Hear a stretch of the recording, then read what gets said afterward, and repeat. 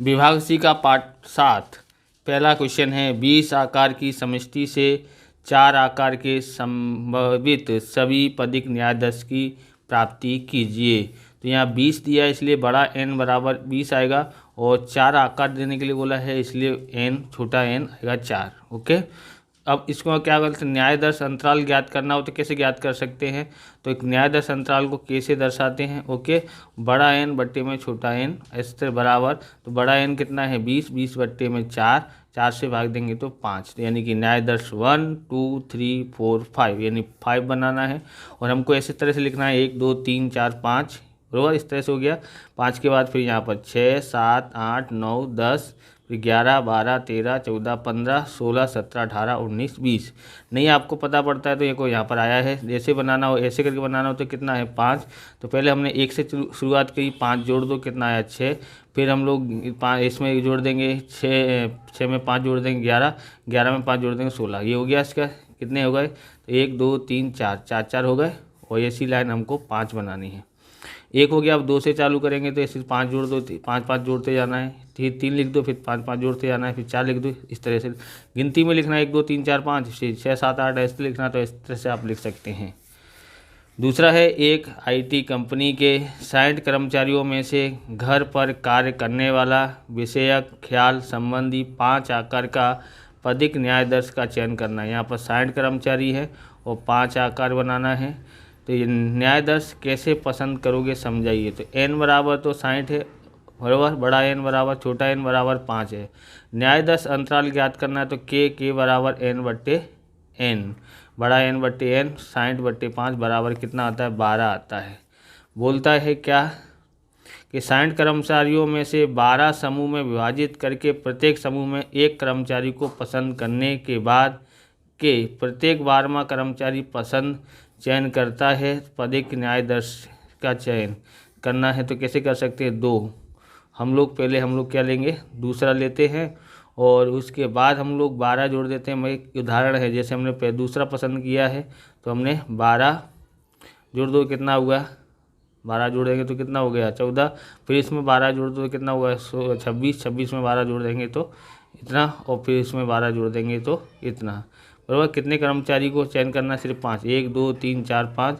अथवा हम लोग एक को पसंद करते हैं, मान लो कि हमने पहली संख्या ली, इसमें 12 जोड़ दो। मतलब आप ऐसा नहीं है कि 2 से ही स्टार्ट करना है, 1 से स्टार्ट करना है, आपकी इच्छा है 5 से भी स्टार्ट कर देते हो, उसमें 12 जोड़ना है बस। 12 जोड़ देंगे तो कितना हुआ 13, 12 जोड़ दे तो 25, 12 जोड़ दे 37, यानी इस तरह से कोई भी एक इसमें से लिखना है, दोनों आपको लिखने की ज़रूरत नहीं पड़ेगी। ओके, तो ये छठा सवाल है, बाद में देखते हैं, पहले तीसरा देख लेते हैं। तीसरा है निम्नलिखित यादृच्छिक संख्या के उपयोग द्वारा बैंक के 100 एटीएम में से 5 एटीएम का पूर्ति रहित प्रकार से यादृच्छिक प्रयोग की प्राप्ति कीजिए। आप इस प्रकार की वीडियो देखना चाहते हैं तो स्टेट का सॉल्यूशन हमने पूरा चैनल पर डाला हुआ है, वो देख सकते हैं। इससे पहले हमने असाइनमेंट का सॉल्यूशन डाला है, वो भी देख सकते हैं।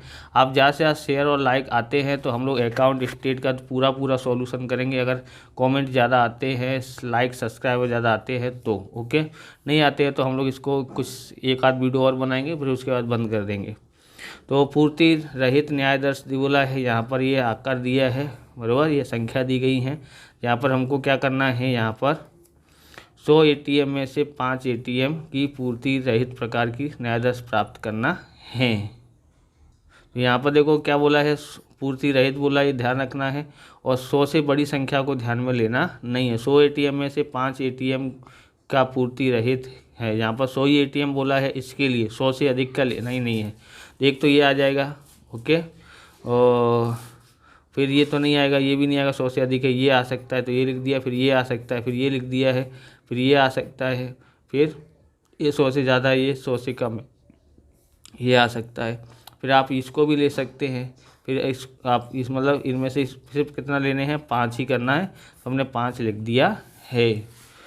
चौथा है एक कक्ष खंड में 70 विद्यार्थी पढ़ते हैं। शिक्षक किन्हीं 7 प्रवृत्तियों हेतु विद्यार्थियों का चयन करना चाहता है। निम्नलिखित यादृच्छिक संख्याओं के चयन द्वारा पूर्ति सहित प्रकार के यादृच्छिक न्याय दर प्राप्त कीजिए। 274, 323, 927, 599, 667, 320, 910, 484, 786, 253, 9, 885, 115। समिष्टि का आकार 70 इकाई का है, बराबर। ये 70 इकाई का है, इसलिए 1 से 70 तक क्रम देंगे। इसको कितना देंगे? 1 से 70। प्रथम 2 अंक वाली संख्या का चयन करेंगे, बराबर।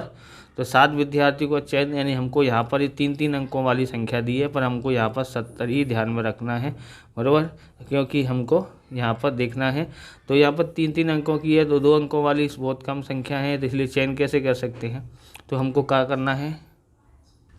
तो यहाँ पर देखो सब ज़्यादा से ज़्यादा 3 अंकों वाली संख्या है, तो हम लोग को ये 70 से छोटी रखना ही पड़ेगा।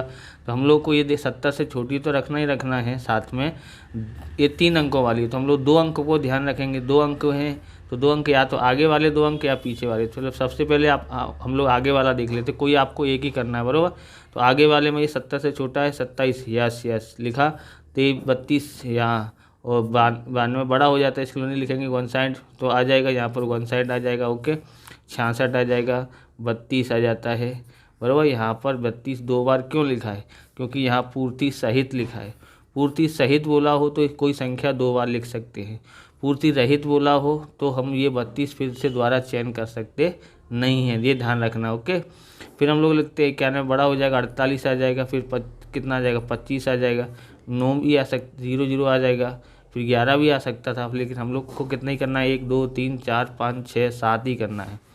अथवा तो अंतिम 2 अंकों की संख्या का चयन करें, तो 7 विद्यार्थियों का चयन, तो अब पीछे से करेंगे तो देखो 74, तो पीछे के 2 अंक में 74 बड़ा हो जाएगा, 23 आ सकता है, फिर 23 फिर से आ सकता है।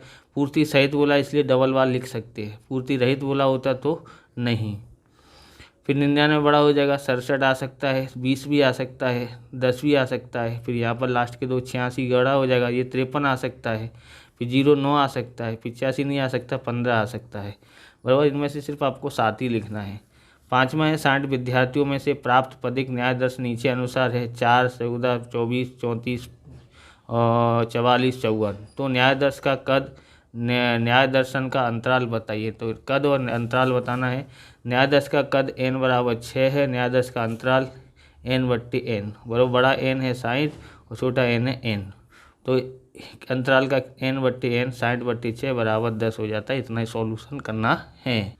छठा देखते हैं, एक समिष्टि में 12 इकाई हैं, उसमें से 3 कद संभव सभी पदिक न्याय दर्श प्राप्त करो। यहाँ n बराबर 12 है, n बराबर 3 है, न्याय दर्श अंतराल k बराबर n/n है, 12/3, 3 से भाग देंगे तो 4 संभव है। आपको यहाँ पर पता ही होगा कैसे ज्ञात करना है। 3 कद बनाने हैं, 3 से भाग दिया तो 4।